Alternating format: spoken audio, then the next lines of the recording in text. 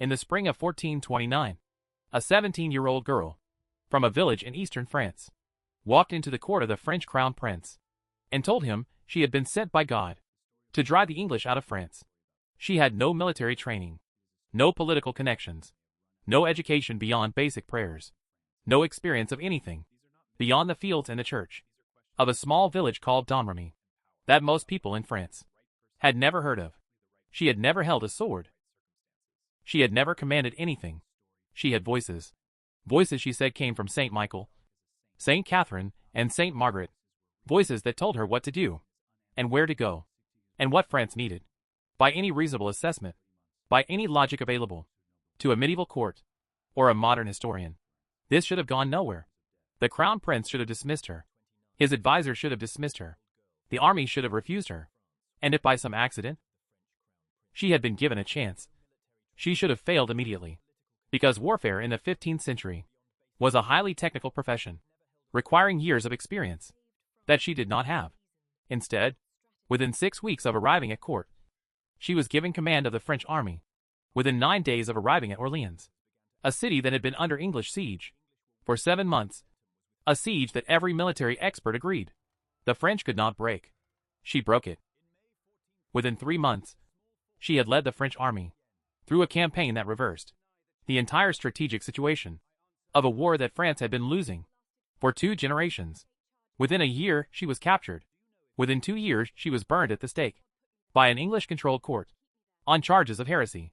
And within 22 years of her death, the English had been driven out of France almost completely. For the first time in 100 years, the war she had been told to win was won. After she was dead, I have been thinking about this story for a long time. Not about Jeanne d'Arc as a saint. The church made her a saint in 1920, which is a separate question. Not about whether the voices were real. That question is unanswerable and slightly beside the point. I have been thinking about the specific, practical, historical question of why this worked. Why did a 17-year-old girl with no qualifications convince an exhausted crown prince to give her an army? Why did that army follow her? Why did it work at Orléans? Why did her death not end what she had started, but accelerate it? These are not mystical questions. These are questions about psychology, timing, and power. About what happens when the right person appears at exactly the right moment, in exactly the right circumstances. And the answers, the actual, historical, documented answers, are more interesting than the miracle. More interesting and more uncomfortable. Because the story of why Jeanne d'Arc worked is not a story about faith. It is a story about what people do when they have run out of everything else. We need to start in France. In 1428, 1 year before she arrived, a country so broken, so exhausted, so thoroughly defeated, that what happened next was the only thing left to try. To understand why Jeanne d'Arc worked, you have to understand what France was in 1428. Not the France of textbooks, the France of kings and battles and treaties, the France of the people who lived in it. By 1428, the 100 Years' War had been going for 91 years. Think about what that means. Not 91 years of continuous combat. The war was fought in waves, with exhausted truces between them. But 91 years of a condition, of knowing that the war was always there, that the truce would end, that the English would come back, that the burning would start again. There were grandparents alive in 1428 who had never known peace, who had been born into the war and expected to die in it, and had watched their children be born into it, and their grandchildren. The psychology of this is almost impossible to recreate from the outside. But try. Imagine knowing, not fearing knowing, that sometime in the next 5 years, possibly the next 5 months, soldiers will come through your village. They may be French. They may be English. They may be Burgundian. French soldiers fighting for the English side, which was its own particular horror. They will take what they can carry. They will burn what they cannot. They will kill some people. They will leave. And then, after a period of rebuilding, that you know is temporary, they will come back. This was not the fear of war. This was the texture of life. The French countryside in 1428 looked like what a century of this produces. Fields that should have been cultivated, abandoned. Villages that should have been inhabited, empty. Roads that should have been busy, dangerous. The agricultural infrastructure of one of the most fertile regions in Europe. Broken. People were not starving everywhere. France is too naturally productive for that. But the margin was gone. The surplus was gone. The sense that next year might be better. Almost gone. And the church, the institution that was supposed to give all of this suffering meaning, was in its own crisis. The Great Schism had divided the papacy. Since 1378, at various points in the early 15th century, there were 2 or even 3 men simultaneously claiming to be the true pope. The institution that was supposed to tell people why God was allowing this to happen could not agree on who spoke for God. The French nobility was no better. The murder of the Duke of Orléans in 1407, assassinated by agents of the Duke of Burgundy, had split the French aristocracy into 2 factions that hated each other almost as much as they hated the English. In 1420, the Burgundian faction had signed the Treaty of Troyes, effectively agreeing that the English king would inherit the French throne, which meant that the English claim to govern France had been endorsed by a significant portion of the French aristocracy itself. The enemy was inside. The church was broken. The countryside was devastated. The nobility was divided. The crown prince was uncrowned. And Orléans was under siege. Orléans was not just a city. Orléans was the last significant barrier between English-controlled northern France and the Loire Valley, the heartland of whatever France still was. If Orléans fell, and in October 1428, when the English began their siege, the military consensus was that it would fall. Then, there was no strategic argument for French resistance continuing. The English would have the north. The English would have the Loire. The English would have France. Not all of it. France is large, but enough of it that the remaining French territory would be ungovernable as anything other than a rump state, waiting for final absorption. Charles VII, the Dauphin, the uncrowned king of France, knew this. He was 25 years old. He had been the Dauphin since 1417, since his older brothers had died, and the crown had fallen to him by default. By default. That phrase tells you everything about how Charles VII came to power. He had not been prepared for it. He had not been trained for it. He had not expected it. And there was something worse. There were persistent rumors. Rumors that Charles himself could never entirely dismiss. That he was not his father's legitimate son. That his mother, Isabeau of Bavaria, had been unfaithful. That the man who would be king of France might not be of royal blood at all. These rumors had been given official weight by his own mother, who had signed the Treaty of Troyes that disinherited him. His own mother had signed a document that said he was not the rightful king. Try to hold that for a moment. Your mother has signed a treaty saying you are probably illegitimate. Your country is losing a war. It has been losing for 90 years. Your capital is in enemy hands. The one city that stands between your remaining territory and total defeat is under siege. And you are 25 years old. This is the man that Jeanne d'Arc walked in to see in March of 1429. This is the man she had to convince. And the question that this entire story keeps circling back to, is not why she tried. The question is why he listened. Jeanne was born in Domrémy, sometime around 1412. We don't know the exact date. This was not unusual. Exact birth dates for peasant children were not routinely recorded. In 15th century France, what we know about her childhood comes primarily from 2 sources. The testimony of her neighbors and family at the investigation that followed her death, and her own statements at her trial. Both sources agree on the basics. She was the daughter of Jacques d'Arc, a prosperous peasant, not poor, who owned land and cattle, and served in minor local administrative roles. She had brothers. She had a mother, Isabel. She grew up in a village that was, by the standards of the time, reasonably stable. Domrémy was in a contested border region, technically in the Duchy of Bar, which had loyalties to the French crown. The village had been raided at least once. During Jeanne's childhood, she knew what war looked like up close. She was not sheltered from it. But she was not a child of the worst of it either. Her family had not been destroyed by the war. Her village had not been burned. She had grown up poor by modern standards, comfortable by the standards of her time, in a community that functioned, that had neighbors who knew each other, a church that operated, a priest who performed the sacraments. She could not read. She could not write. She knew her prayers, the Pater Noster, the Ave Maria, the Credo. She could sew. She could spin. She knew how to tend animals. She knew the fields around Domrémy, the way you know a place. You have never thought about leaving. Until she thought about leaving. She said the voices began when she was 13. At her trial, she was asked repeatedly to describe what the voices were like. She answered with precision. She heard them first in the summer. In her father's garden, at noon. There was a light on the side from which the voice came. The voice was accompanied by a great light. It was, she said, a worthy voice. And she believed it came from God. After she heard it 3 times, she understood it was the voice of an angel. Saint Michael, she said. And then Saint Catherine. And Saint Margaret. The trial judges pushed her repeatedly on the nature of the voices. Were they physical presences? Could she touch them? What did they smell like? She answered these questions with a combination of precision and impatience. She could touch Saint Catherine and Saint Margaret. They smelled good. She embraced them. She wished she could have been taken from this world in their company. When the judges pushed further, asking her to prove the voices were from God, she turned it back on them. She said, "Send a message to God. He will answer you." This is not the answer of a confused person. This is the answer of someone who is so certain of her experience that the burden of proof seems obviously to rest with those who doubt it. What the voices told her: go to France, find the Dauphin, drive out the English, and something more specific: raise the siege of Orléans. The voices were not vague. They were tactical. They named a city. They named an objective.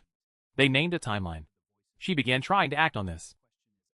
When she was approximately 16, she went to her uncle, Durand Laxart, and asked him to take her to the captain of the nearest royal garrison, Robert de Baudricourt, at Vaucouleurs. Her uncle took her. Baudricourt dismissed her, told her to go home, told her uncle to slap her, and return her to her father. She went home. The voices continued. She went back to Vaucouleurs a year later. This time she stayed. She did not wait for an appointment with Baudricourt. She stayed in the town. She talked to the soldiers in the garrison. She talked to the townspeople. And here is the detail that most accounts of Jeanne d'Arc skip over, because it doesn't fit the miracle narrative. And it also doesn't fit the fraud narrative. But that is perhaps the most important detail of her entire story. The soldiers believed her before Baudricourt did. The ordinary men-at-arms of Vaucouleurs. Experienced soldiers, practical men. Men who had every reason to be skeptical of a teenage girl claiming divine mission. They believed her. One of them, Jean de Metz, asked her directly, "Must you truly do this?" And she answered, "I must. I was born to do this." He became one of her escorts to the Dauphin. The question is why? The standard answer is, the times were so desperate that people would believe anything. This is too easy. And it's also wrong. Desperate people don't automatically believe. Charismatic young women.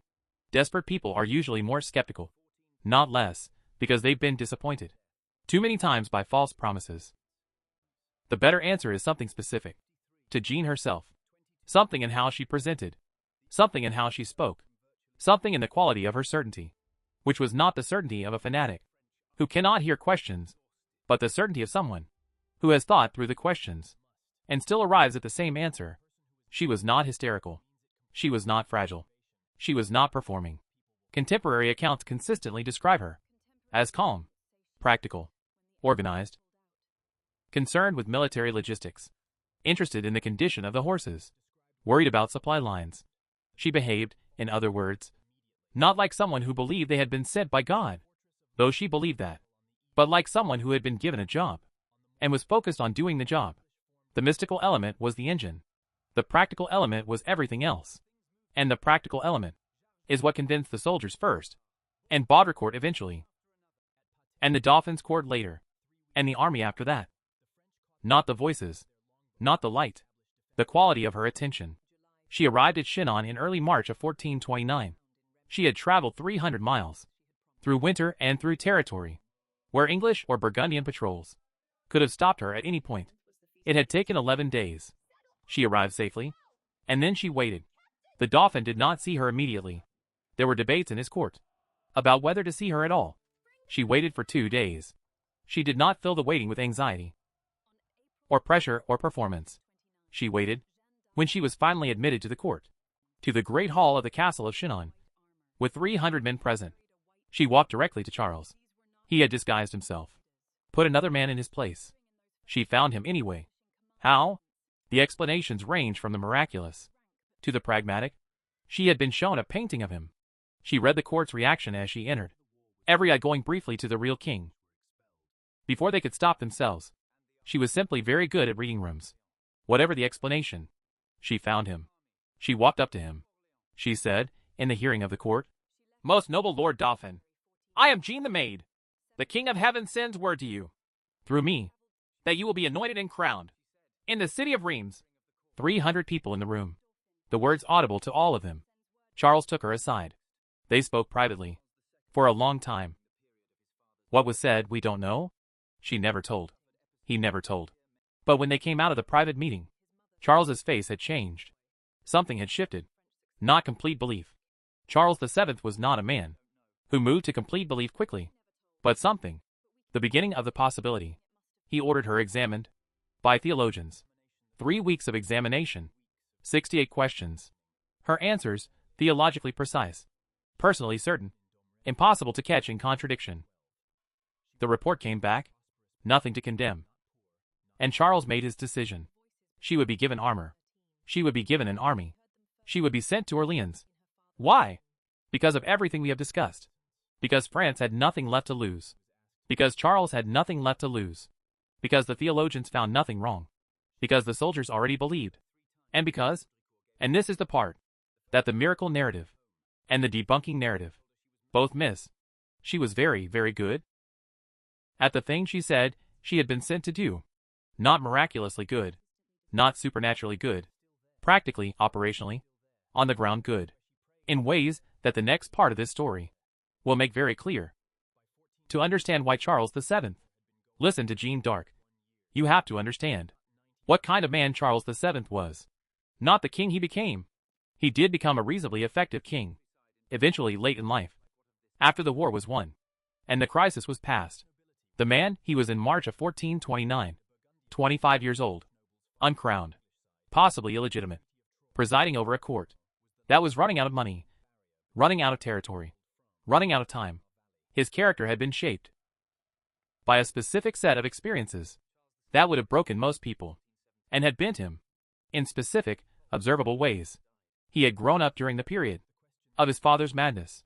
Charles VI, his father, had suffered from episodes of severe mental illness, beginning in 1392.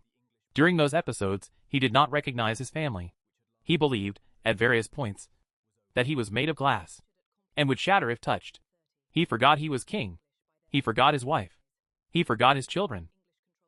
And when he was not mad, when the episodes passed, and he returned to something like himself, the court had to pretend that none of it had happened, that the king was the king, that continuity had been maintained. Charles grew up in this court. He watched the pretense. He learned what it looked like when power disguised its own fragility. He also watched his mother, Isabeau of Bavaria. His mother, the queen, had navigated the chaos of his father's madness by aligning herself with whoever held the actual power at any given moment. This was survival. This was also the behavior of someone without fixed loyalty. And it was his mother who had signed the Treaty of Troyes in 1420, the treaty that effectively declared Charles illegitimate, that passed the French succession to the English king, that said the man who would later be Charles VII was not the rightful heir to France. His own mother. Try to understand what that does to a person's psychology. Not a stranger. Not an enemy. Your mother. Signing the document that said, you probably were not who you thought you were. That the crown you had been told was yours might not be yours at all. Charles never fully escaped this. Contemporary sources describe him as prone to melancholy, to withdrawal, to periods of inaction. At exactly the moments when action was most needed. He was not stupid, quite the contrary. He was perceptive, careful, and when he acted, he often acted correctly. But he did not trust himself. Could not trust himself. Had been given too many reasons not to trust himself. And this, his specific, documented, historically observable lack of self-trust, is the key to why Jeanne worked on him. Because what Jeanne offered Charles was not a military strategy. Military strategies had been offered. His commanders had strategies. The strategies had failed, or been too expensive, or required resources France didn't have. What Jeanne offered Charles was something different. She offered him legitimacy. She told him, in the private meeting, that no one else witnessed. Something that convinced him. She had knowledge she could not have through ordinary means. We don't know what she said. The historical record is clear on this. Charles never revealed it. Jean never revealed it at her trial. And every account that claims to know is speculation. But we can deduce what category of thing it must have been. Given Charles's specific psychology, his specific wound, the thing that would have convinced him was not a military prediction, not a theological argument, not a demonstration of piety. The thing that would have convinced him was something that addressed the question he could not ask out loud, the question of his legitimacy.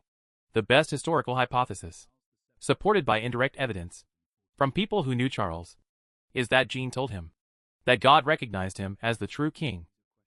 Not that she believed it, not that the voices had told her generally, but specifically in terms that Charles could recognize as addressing the specific doubt that had shaped his entire adult life, that the uncertainty about his birth did not matter to God, that God had chosen him, that the crown was his not by blood, but by divine designation.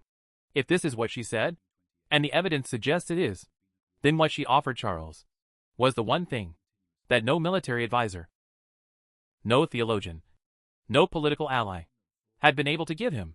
Not a path to victory, a reason to believe he deserved one.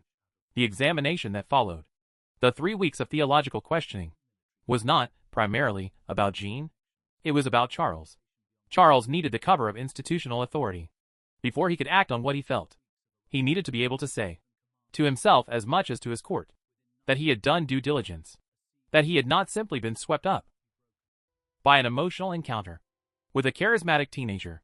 The theologian's report gave him that cover, nothing to condemn, and with that cover in place, with his legitimacy question addressed in a private conversation, and with institutional authority declining to contradict what she had offered, Charles made his decision. He gave her armor. He gave her an army. He gave her Orléans. The decision was not irrational, given everything Charles knew, given the state of France, given the state of his court, given the state of his own psychology. It was the most rational decision available, not because he believed in miracles, because he believed in nothing else. And sometimes the most rational response to total exhaustion of conventional options is to try the unconventional one, even when the unconventional one is a 17-year-old girl who says she talks to saints, especially then, because the conventional options had all been tried. The conventional options had all failed. Charles VII was not a man of faith. He was a man of last resorts.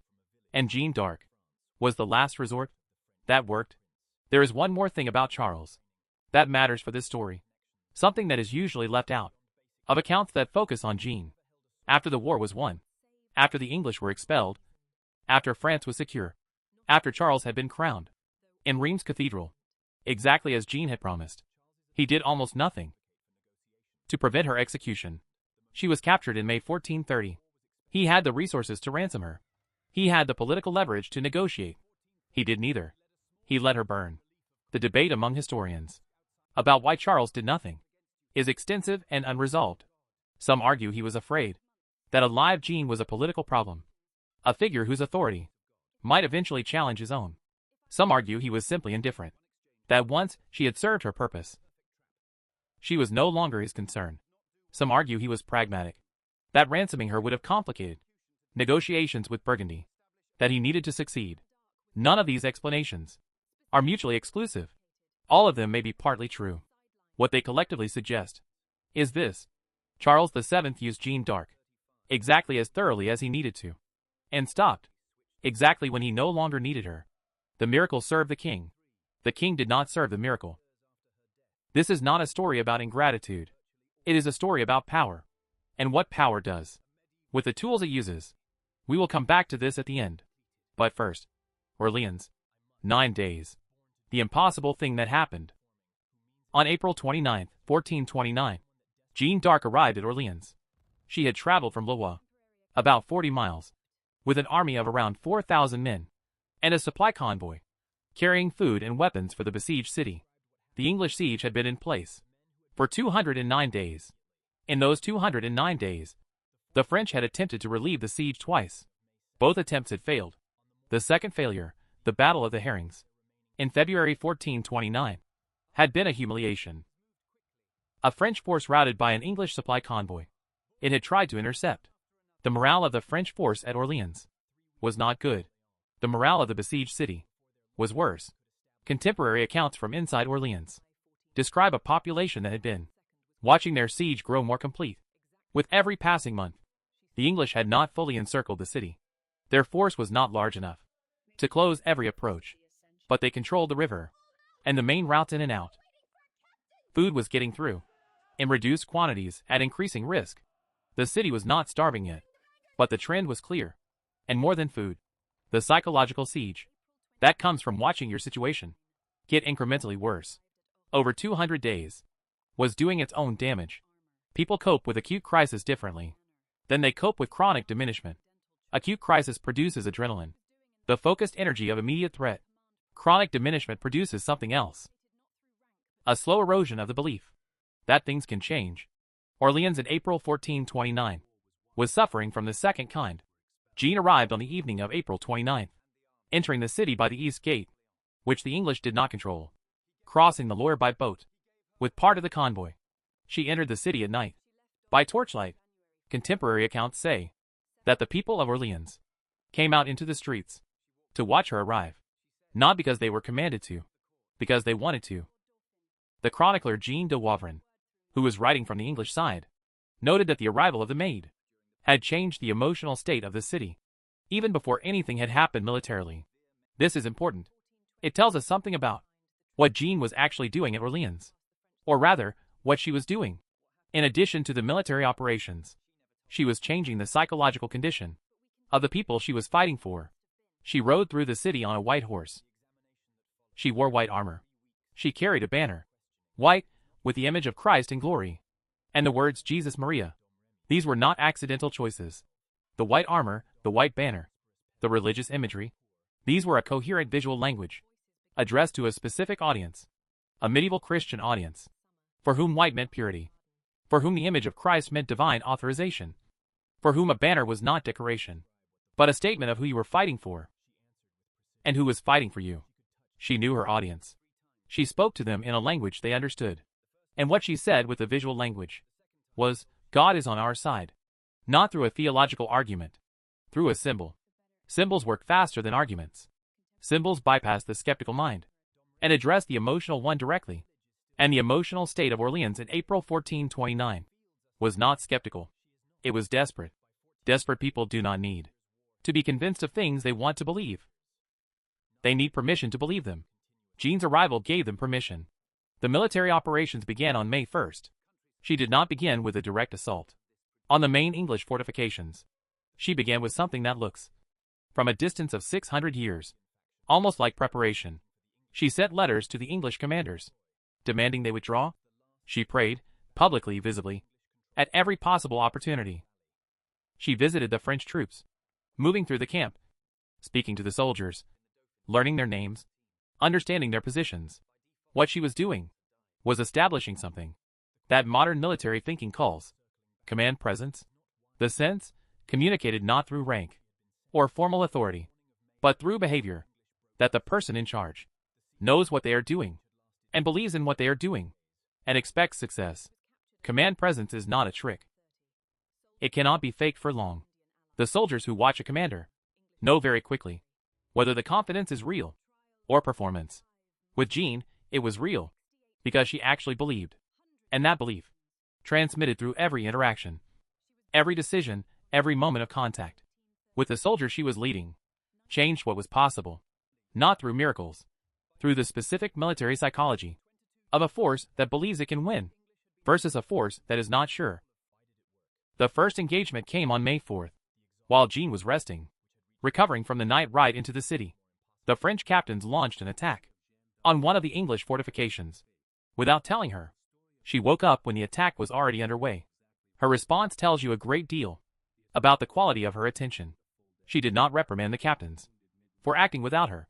She assessed the situation immediately, saw that the attack needed her presence to succeed, and rode to join it, alone at first, then with her escort.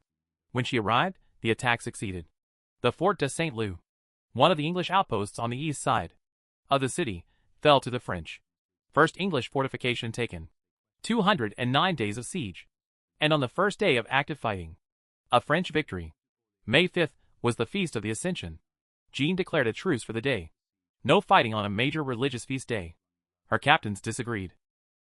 The momentum was with them. This was not the moment to stop. She stopped them anyway, and spent the day in prayer, and in sending another letter to the English, demanding, again, that they withdraw. This too was not random. The pause on a religious feast day reinforced the religious dimension of the campaign, the message that this was not merely military, but divinely sanctioned. It reinforced the discipline of her force, the sense that this army followed rules that went beyond tactical necessity, and it gave the English one more day to consider their position. They did not withdraw. May 6th. The assault on the fortifications south of the city on the bridgehead. The cluster of fortifications that controlled the river crossing. The fighting was intense. The French made progress, then stalled. At approximately 1 in the afternoon, Jean was struck by an arrow. It entered above her breast, below her shoulder. The arrow went through, in at the front, out at the back. Contemporary accounts say she wept. When the arrow was pulled out, from the pain, she had expected it. She had warned her companions days before that she would be wounded, and where, but knowing it was coming did not make it less painful. She received treatment. The wound was dressed. She withdrew from the fighting for approximately 2 hours. Then she returned. Her banner was visible from the walls. Her soldiers saw it appear again. On the field they thought she had left. Jean d'Aulon, her squire, her closest aide, described what happened when she returned. The men who had been faltering rallied immediately, not because they were ordered to, because they saw the banner, because the banner meant she was still there. And if she was still there, wounded, returned, still fighting, then the possibility of victory had not been extinguished. This is the core of what Jean did at Orléans. Not tactics, not strategy, not even courage, exactly, though she had that too. She made it impossible for the people fighting alongside her to believe that giving up was an option. Not through command, not through authority, not through threat, through presence, through returning to the field after being wounded, through refusing to stop, as long as there was still something to fight for. The fortress of Les Tourelles fell on the evening of May 7th. The English held it until dark. Then, having lost a significant portion of their defending force, and with the French still pressing, they withdrew. The bridge was French again. The river was open. The city was no longer surrounded. On the morning of May 8th, the English commanders formed up their remaining forces outside the city and offered battle. The French came out to meet them. For approximately an hour, the two armies faced each other. Then the English turned and marched away. 209 days. The siege was over. Jean had been at Orléans for 9 days. In those 9 days, 3 English fortifications taken, the bridgehead retaken, the river opened, the siege broken. Casualties on the French side, modest. The English losses, significant. But the numbers are almost beside the point. The point is what happened to the strategic situation of the war. The English had been the advancing force in France for the better part of a decade. They held Paris. They held Normandy. They were besieging the Loire. After Orléans, they were no longer advancing. They were defending. And a war in which the previously defeated side is suddenly on offense, in which the momentum has shifted, is a psychologically different war. Not yet won. Not yet finished. But different. The momentum had shifted because of 9 days. Because of one person who arrived when the psychological state of an entire army, of an entire nation, had reached the point where something had to change, and changed it. Jeanne d'Arc was not the reason. France eventually won the 100 Years' War.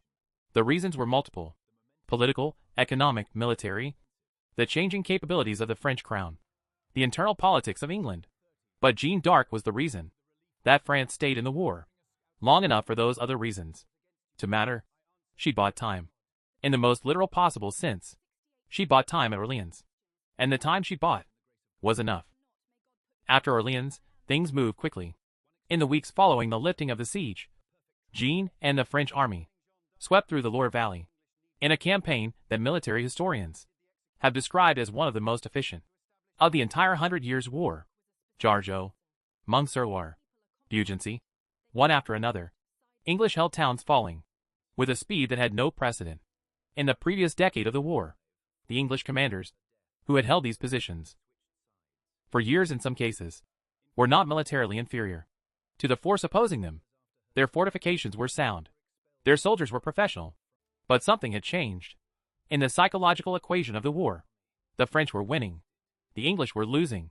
These are not the same statement, said in different directions. When you are winning, every engagement reinforces the possibility of the next victory. When you are losing, every defeat reinforces the expectation of the next defeat. The English army in the Loire Valley in June 1429 was experiencing the specific dread of a force that has begun to believe it is on the wrong side of momentum. At Patay on June 18, 1429, 3 weeks after Orléans, the French cavalry encountered the English rearguard. Before the English longbowmen could establish their defensive positions, the longbow had been the decisive weapon of English military success in France for nearly a century. At Crécy in 1346, at Poitiers in 1356, at Agincourt in 1415, in every major engagement, English longbowmen in prepared positions had devastated French forces that attacked them frontally. At Patay, the French did not attack frontally. They caught the English before they were ready. The English rearguard was destroyed. Their commander, the most experienced English military leader in France, was captured. It was the worst English defeat in France since the beginning of the war. Joan was not in personal command at Patay. The cavalry action was led by La Hire, one of the French military commanders. But she was present, and her presence, the knowledge that the army she was traveling with had broken the siege of Orléans, was part of what had changed the equation. July 1429. Charles VII was crowned in Reims Cathedral, exactly as Joan had promised. She stood beside him during the ceremony. Her banner, the white banner with Jesus Maria, was the only banner in the cathedral. That was not the banner of a noble house. She had said she would do this. She had done it.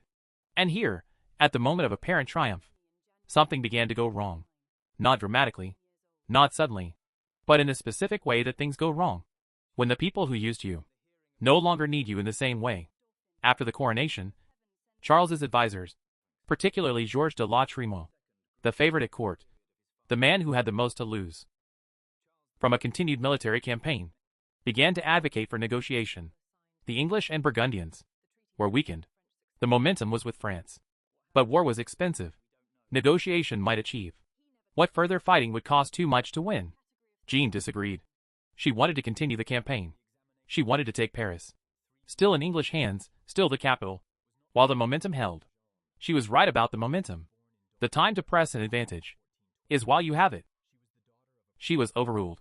Charles accepted a truce with the Duke of Burgundy, a truce that gave the Burgundians time to regroup, and that accomplished nothing strategically for France.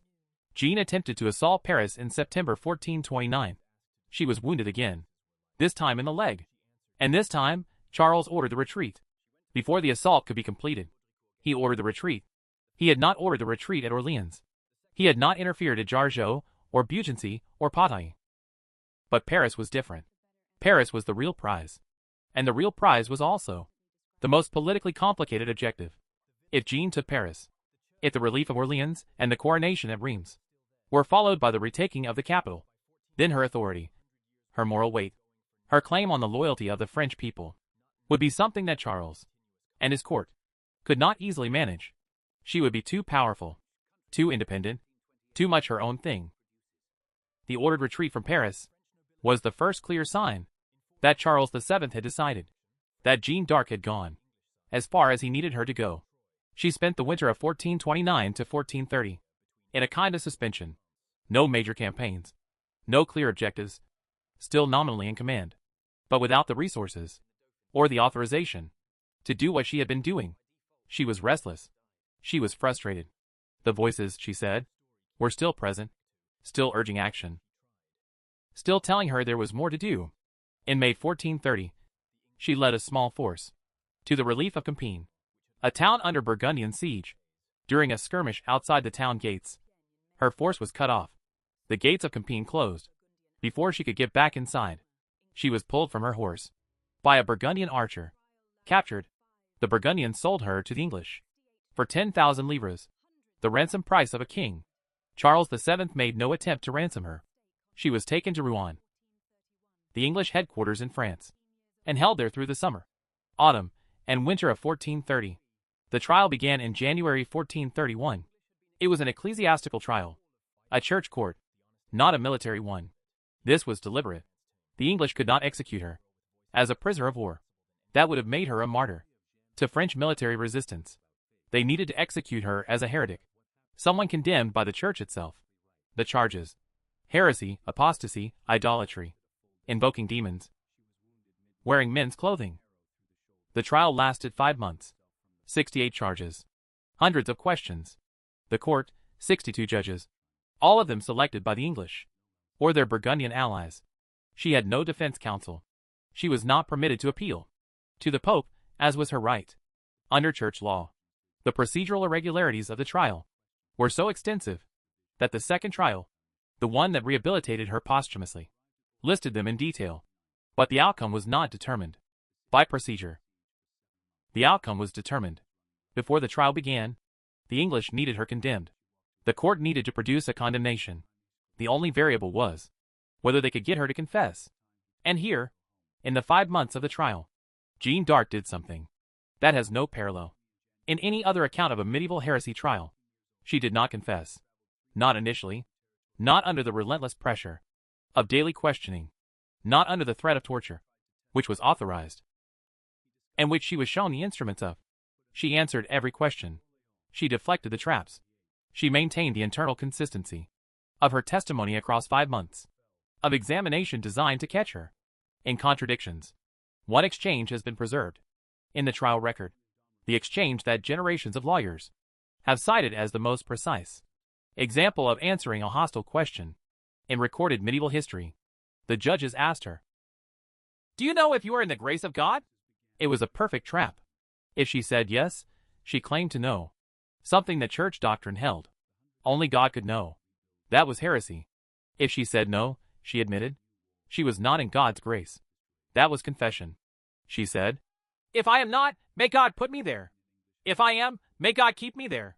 The court recorder noted in the official record that the judges were struck dumb. They had no answer for it. She was answering a trap. Not by refusing to answer, but by answering in a way that made the trap irrelevant. She did this for 5 months. In late May, exhausted, ill, facing the immediate and explicit threat of being burned, she signed a recantation, a document admitting that her voices had been false, that she had been deceived, that she would not wear men's clothing again. For 4 days, she maintained the recantation. Then she put the men's clothing back on. The accounts differ on why. Some say she was forced to, that her women's clothing was taken by her guards, leaving her only the men's clothing. Some say it was a deliberate act, a reversal of the recantation, a return to the position she had held for 5 months. Either way, the recantation was void. The court had the relapse into heresy. It needed to condemn her. On May 30th, 1431, Jeanne d'Arc was burned at the stake in the marketplace of Rouen. She was 19 years old. She asked for a cross to be held before her. An English soldier, one of her guards, made a small cross from 2 sticks and gave it to her. An English notary named Joan wrote afterward, and this is in the official record, that he feared they were damned, all of them, for what they had done. "We have burned a saint." He was not French. He was not sympathetic to her cause. He was an English notary, doing his job at an English execution, and he walked away from it, afraid. Joan walked away from the execution, afraid that they had burned a saint. He was right to be afraid, but not for the reasons he thought. He thought the danger was theological, that they had killed someone under divine protection and would answer for it before God. The actual danger was political, and it was already unfolding before the smoke had cleared from the marketplace of Rouen, because burning Jeanne d'Arc did not do what the English needed it to do. The English needed the execution to delegitimize her, to establish, officially and permanently, that she had been a fraud, a witch, a heretic, and that everything accomplished under her leadership had been accomplished through diabolical means, not divine ones. If that narrative held, if the France that rallied behind her was France that had been deceived, then the English claim to the French throne remained viable. The English presence in France remained legitimate. The narrative did not hold. It did not hold for the simple reason that Jeanne d'Arc had won at Orléans, had lifted a siege that couldn't be lifted. had reversed a war that couldn't be reversed, had crowned a king in Reims, when Reims was in enemy territory. These things had happened. They were in the record. Every person who had been at Orléans knew they had happened. The church could declare her a heretic. The English could burn her body. They could throw her ashes in the Seine. They could not unlift the siege. They could not uncrown the king. They could not unwin the battles. The facts were in the world. Burning her did not remove the facts. It just removed her. And removing her, it turned out, was exactly the wrong thing to do. Because alive, Jeanne d'Arc was a specific person. Specific people are complicated. They make decisions that some people disagree with. They have moods, conflicts, contradictions. They overreach. They recede. They can be managed sidelined, sent to the wrong assignment, used up and discarded. Charles had already demonstrated how to manage a living Jeanne d'Arc. You stop giving her objectives.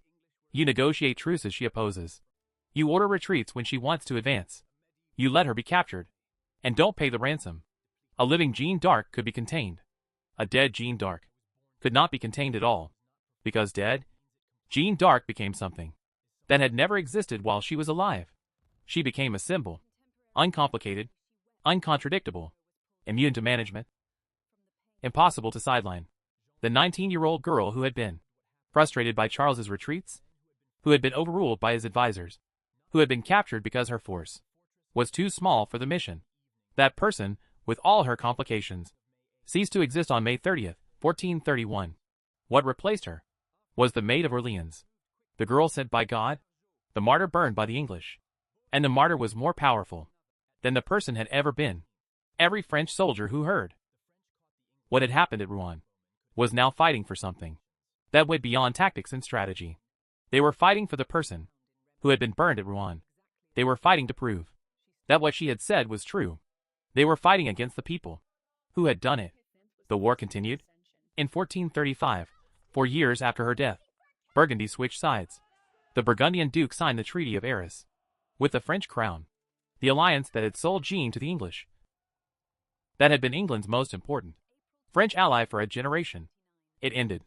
With Burgundy gone, the English position in France became structurally unsustainable.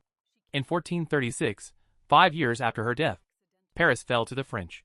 The city she had wanted to take in 1429, the city Charles had refused to let her take, was taken anyway, without her.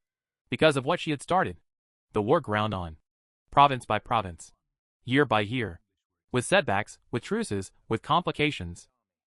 But the direction was clear. In 1453, 22 years after her death, the English were expelled from virtually all of France. Gascony, French. Normandy, French. Bordeaux, French. The 100 Years' War, effectively over. France, intact. The thing she had been sent to do was done after she was dead, because of what she had set in motion. In 1456, 25 years after her execution, Pope Calixtus III opened a new investigation. The rehabilitation trial. Witnesses were called. The trial record from Rouen was examined. The procedural violations were documented. The theological charges were reviewed. On July 7, 1456, the verdict of the 1431 trial was annulled. Officially, formally, legally, she had not been a heretic. The trial had been corrupt. The verdict was void. It took the church 25 years to correct what it had done in 5 months. She was canonized, made a saint, in 1920, 489 years after the English burned her. The English notary John Tressart had been afraid they had burned a saint. He had been right, just 489 years early. And now, at the end of this story, I want to return to the question that began it. Why did it work? I have given you the pieces. The exhaustion of France. The psychology of Charles. The specific moment. Orléans as the last door closing. The quality of her attention. The soldiers who believed her before anyone official did. The command presence. The wounded return. The banner on the field. All of these are real. All of these contributed. But there is something underneath all of them. Something that none of the explanations quite reaches. And I want to try to name it, knowing that naming it will not fully capture it. Jeanne d'Arc worked because she was completely serious. Not serious in the sense of humorless. Contemporary accounts describe her as someone who could laugh, who had warmth, who was not grim. Serious in the sense that she meant every word she said. Completely. Without reservation. Without the self-consciousness. That makes most people hedge their claims about themselves. When she said she had been sent by God, she meant it. Not as metaphor. Not as rhetorical device. Not as strategic positioning. She meant it the way you mean it. When you are certain of something. With your whole body. When certainty has moved from the mind into the muscle and the bone. And that kind of seriousness, that completeness of belief, is, it turns out, one of the most rare and most powerful things a human being can bring into a room. Because most people, especially in desperate circumstances, are performing their certainty. They are saying what they believe they need to say, presenting the confidence required by the situation, managing the impression they make. Jean was not performing, and the people around her could tell. The soldiers at Vaucouleurs could tell. The soldiers at Orléans could tell. The court at Chinon could tell. Even when they didn't believe what she believed, they could tell she was not performing. And a person who is not performing, who means it completely, without reservation, is someone that desperate people will follow. Not because they are certain she is right, because they are desperate enough to trust someone who is certain. This is the answer that makes me most uncomfortable. Because it has nothing to do with merit, with correctness, with whether the voices were real, or what God's actual intentions were. For the kingdom of France, it has to do with certainty.